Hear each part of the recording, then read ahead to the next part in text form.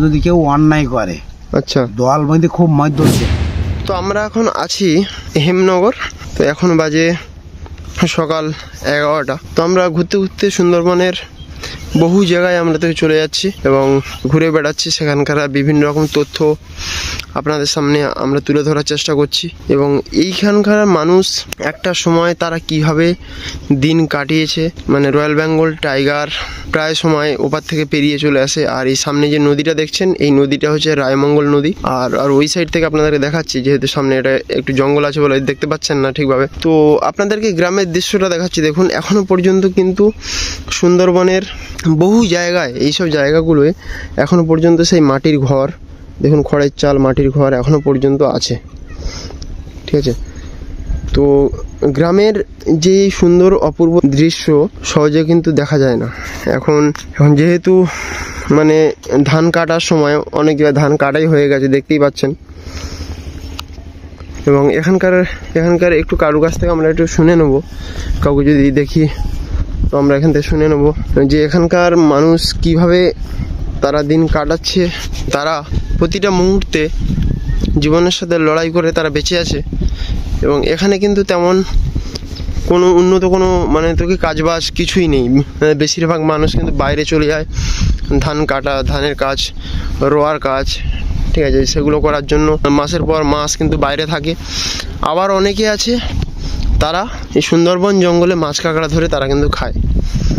তারা তাদের জীবনের রুজি রোজগার তারা কিন্তু মাছ কাঁকড়া ধরেই করে এই জঙ্গলের উপর থেকে। তো সামনে এই কাকার কাছ থেকে আমরা একটু জানবো।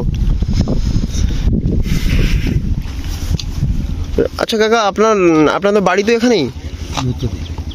এখানে কি আপনি তো থাকেন নাকি? দেখুন একদম পুরো নদীর ধারেই।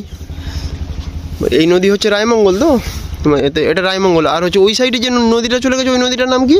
এইটা নদীর দুই ভাগে ভাগ হয়ে, ওইটা ঝিলের নদী বলতে রায়মঙ্গল ঝিলের সে মিষ্ট আছে। আচ্ছা, রায়মঙ্গল আর হচ্ছে ঝিলে, মানে তাহলে ওই সাইডে নদীটা হচ্ছে ঝিলে নদী। আচ্ছা, ভেতরটা না কিন্তু এই বাইরেরটা। আচ্ছা, বাইরেরটা। আর হচ্ছে এইটা হচ্ছে রায়মঙ্গল।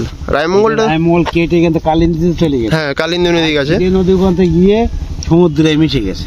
আচ্ছা, আর এমনি মানে ওপারটা তো জঙ্গল, সুন্দরবন পুরো জঙ্গল।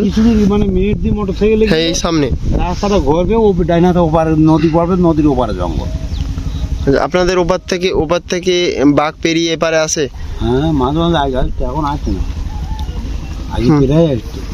আচ্ছা, এরকম এসে একদিন একটা বাঘ এসেছিল বলতে এই কোনাটা একটা দোকান আছে। আচ্ছা, এই কোনায় আছে না একটা দোকান?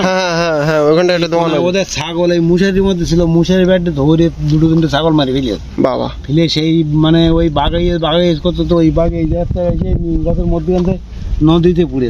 আচ্ছা, পুড়ে এইখান থেকে গিয়ে বদ্যি পাড়ায় গিয়ে উঠেছে। ওখান থেকে আরেকজনের ধরতে পারেনি, সে সতর্ক হয়ে গেল, নৌকায় ছিল তো সতর্ক হয়ে গেল, ওখান সোজা পাড়িয়ে ওপার গিয়েছে।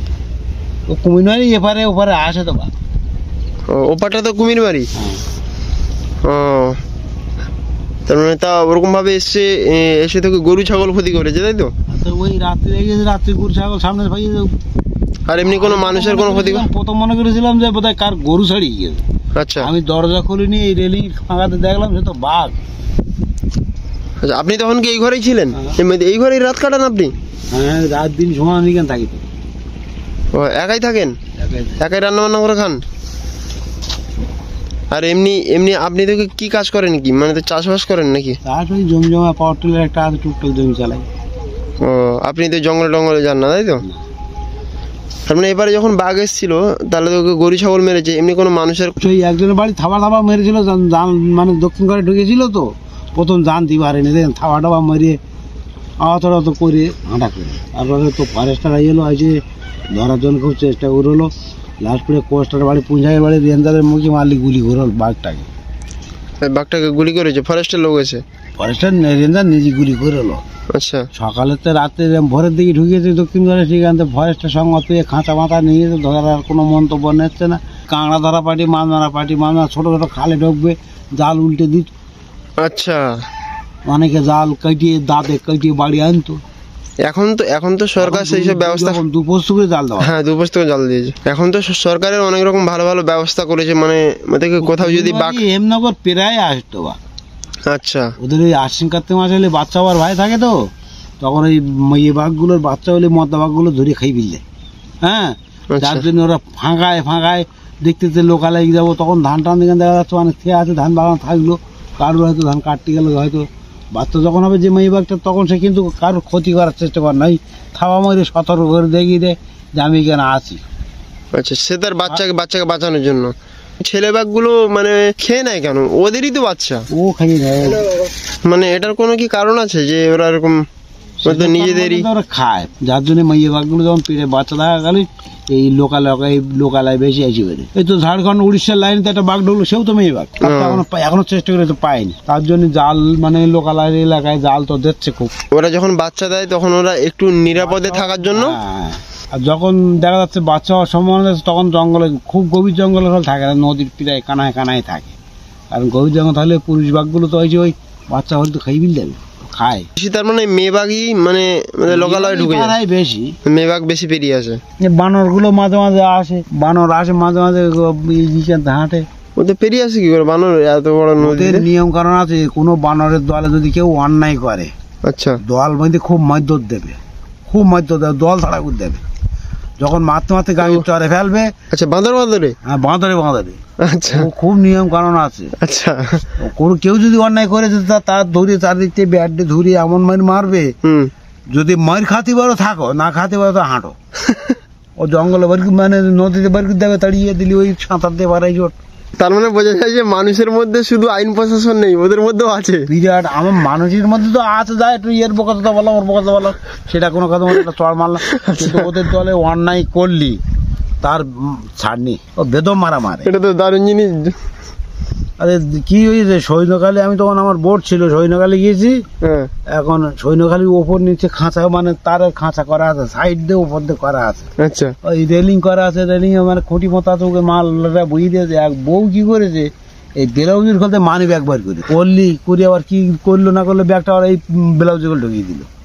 দেওয়ার পরে এই বানর লক্ষ্য করেছে যে ব্লাউজের খুলতে কি বার করে দেখতে হবে।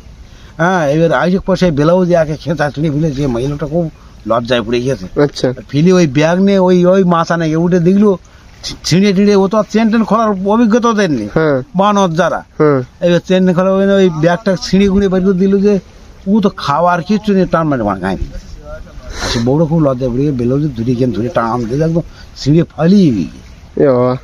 যার জন্য জঙ্গলে টুরিস্ট বোট গুলো তো পুরো রেলিং করা থাকে, কারণ ওই জঙ্গলের মানে মুড়ির বস্তা এটা সেটা যা পাবে সব নাকি ওরা। ওই জন্য এমনি এখন জঙ্গলে তো নিয়ম আছে, পর্যটক যারা আসে তাদেরকে কিছু টুরিস্ট বোর্ডের লোকজন একটাও বোর্ডে রাখা নিষেধ, মানে ও উপরে সব। হ্যাঁ, সব উপরে থাকে, তুলে দাও। আর এমনিতে বনে জীবজন্তুকে কোনো কিছু দেওয়া যাবে না, খেতে দেওয়া যাবে না, খাদ্য দিলে হবে না, প্লাস্টিক নদীতে ফেললে হবে না। বনের জীবজন্তু না খেয়ে মরে যাক, কিন্তু খাতে দিতে পারবে না, এর একটা অবস্থা নিয়ম করে দিয়েছে। কারণ ওই সবগুলো করতে গিয়ে তো অনেক দুর্ঘটনা ঘটে যায় না। বানর মানুষ আছে যে এসে বোধ হয় যায় না, এইখানে চিকেন খায় তো। যেরকম শিয়াল গ্রামে ঢুকে গেছে, অনেক শিয়ালও আছে। শিয়াল ওই বালির গাড়ি যাইয়েছে, ও তো ওই দিক থেকে আসে, বালি যখন গাড়ি আসে তখন কি করে, শিয়ালগুলো একটা গর্ত মতন করে পোঙায় ঢুকে মুখটা বাড়ি রাখে। মুখ কিন্তু বালির মধ্যে ঢুকিয়ে থাকে না, মুখ বাইরে থাকে, আর সব দেহটা ওই বালির মধ্যে থাকে। গ্রামে আছে শিয়াল, বালির গাড়িতে আসে বেশি, মানে ওই সাইড থেকে যখন বালি আসে তখন বালির গাড়িতে উঠে যায়। হ্যাঁ, শিয়াল আমার গ্রামে বিরাট আছে। এখন গেলে দেখা যাবে না, মানে সুনীল ঘোষের বাড়ি দেখা যাবে ইউকালেক্টার গাছতলা শুয়ে গিয়েছে, কেউ একটা পোড়া মানে পুরাতন দক্ষিণ ঘর ভাঙিয়েছে, দেখেছে গর্ত করে মুন্ডুটা বার করে টুকরো বিয়ে দিয়েছে। যাই হোক, আপনাকে অসংখ্য ধন্যবাদ, আপনার কাছ থেকে অনেক কিছু জানতে পারলাম। ওই লোকের কাছে গেলে আরো ভালো শোনা যাবে, কারণ ওরা তো জঙ্গল, আমরা তো জঙ্গল করি না, এমনি চোখে দেখা শোনা। আচ্ছা, ঘটনা ঘটেছে। তো ফ্রেন্ড, আপনারা শুনতেই পেলেন, এই হচ্ছে সে রায়মঙ্গল নদী। আর আমরা এই কাকুর কাছ থেকে অনেক কিছু জানতে পারলাম, যেহেতু এনারা জন্মগত থেকে এখানেই এনারা মানুষ। ঠিক আছে, তো চলুন দেখা হচ্ছে পরবর্তী ভিডিওতে।